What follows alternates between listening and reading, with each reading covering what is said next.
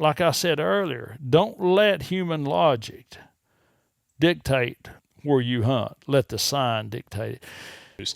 If Now, when you're talking about long range funnels, like early on in the conversation, you mentioned in some areas it might be a fence gap that just makes sense for a buck going from one property to another property. It's this best little spot for him to cross at. That could be a great long range funnel. You've talked about the ditch funnels. How are you identifying long range funnels from both topographical maps? Like how big of an area do you need to see that this buck can travel? Is it just a long ridge? Could it be a big flat? Like, what are some of the examples that would make a long range funnel like one of these ditch funnels more applicable for a deer to use? And then what other features are you looking for from like a tree standpoint to figure out where you need to set in a long range funnel? I look at the lay of the land, I studied deer use drainages to travel long distances, and they use backbones of ridges. So if I've got connecting backbones of ridges, but if I've just got a little bottom with a feeding area right here, I wouldn't consider that good for that long range rut movement. I like to find connecting corridors of terrain features that will let a buck go long distances, that's how roads were formed. There was first foot trails, go down this ridge backbone here and hit this flat and go on this flat and go on this bench here, cross this creek. And later that become roads. That's the easiest terrain for a buck to travel going long distances. He ain't going to have to come down a ridge backbone, then hit a big ridge here that he's got to climb way up. That's not what I call connecting long range movement. That's more difficult for him. So I figure I can just over the years I've just learned to look at that and know that if a buck's traveling cross country, that's a good route that he can easily take and not have as much obstacles as he could another way. But then again, the amount of deer going through it will tell you that too. The amount of, and especially the buck sign, old and fresh, will really tell you that. So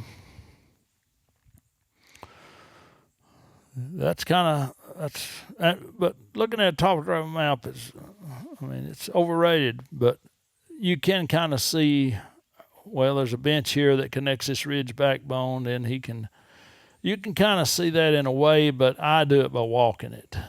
That's how I do it. So. Do you ever pay attention to cover, as in where does may be in relation to that funnel?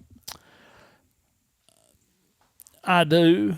If that funnel ends up, if I go through this funnel and I walk down a ridge a ways, and then there's a thicket over here that I suspect is a doe bedding area, and then a north or northwest wind will bring their scent to me, then I think that some of the bucks using that funnel, the reason that there's a lot of bucks on there may be that they can check this doe bedding area, scent check it on a cold front, and then the next one on a cold front. So it plays in, but like I said earlier, don't let human logic dictate where you hunt. Let the sign dictate it. If I've got a doe bedding area, a thicket here and a ridge right over here downwind of it, and there's no trail or no buck sign on that ridge, I'm not hunting it. There's something else coming into play. I don't quite care why a deer is where he is. I don't want to know the why. I want to know the where. And sign will tell you that. Is there ever a point where a funnel can look so good that you can go hunt it blind, where you don't have a lot of information on how deer are using it? Yes. In my class and in my book, I ask that question. I say, I want to know if that funnel is good enough to blind hunt or not. I ask that very question. I don't have to have no history with it. I don't have to have no buck. Let's just say I found it this year and I don't know. If I can look at a funnel and automatically tell you whether I'll blind hunt or not. And it's the same reasons that I mentioned earlier. How much deer movement is it carrying? Man, that trail is down to the dirt. There's 5 trails coming into it, and there's 3 trails coming into one of them. I'll blind hunt that. It's laid out just right. There's long range travel distance. You can go a long distance this way and not run into a great obstacle. So it's moving a lot of deer. It's covering long distances. And let's say there's some old and fresh bucks on. I'll automatically blind hunt that. But in a funnel that is a little more discreet and not so much in your face, I'd like to put the camera there and evaluate over the whole year, over the whole rut. And then I can say, hey, there's a monster that likes to use this funnel, even though it's not carrying that many deer. So is that not all common sense? Yeah, I would say so for sure. It's like if the sign's good enough and everything lays out correctly, you don't necessarily have to have past year's intel to hunt it. But again, on the more subtle funnels, it's like maybe it's not worth wasting my time this year. Let's throw a camera on it and play it off. That's right. I want to evaluate it for one rut, but I'm not blind hunting. It's just not nothing that's jumping out to me that says I need to blind hunt this. So it's not everything I've talked about, though, is what I'm saying, common sense. Oh, absolutely. But you have to have somebody maybe to suggest it before you understand it. But it's time is paramount.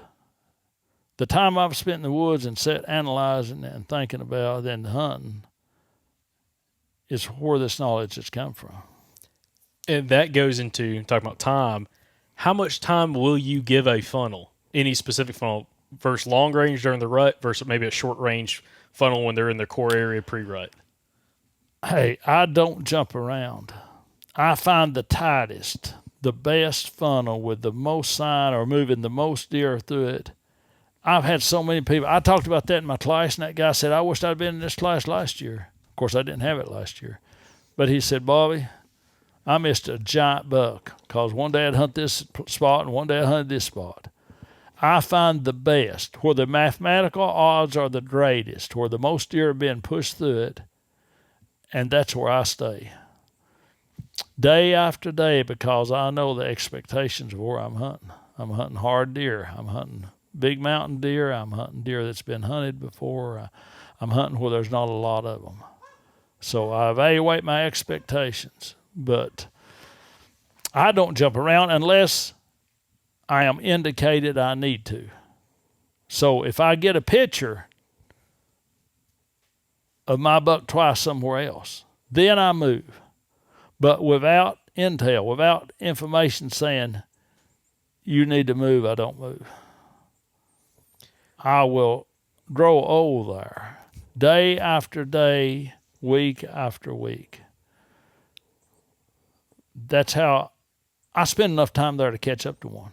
One of these rare creatures. When there ain't none in the woods, I'll still catch up to one. Speaking of that, hunting it over and over again, how are you able to do that successfully without alerting him to your presence, without letting him know that he's being hunted? Well, that's two situations.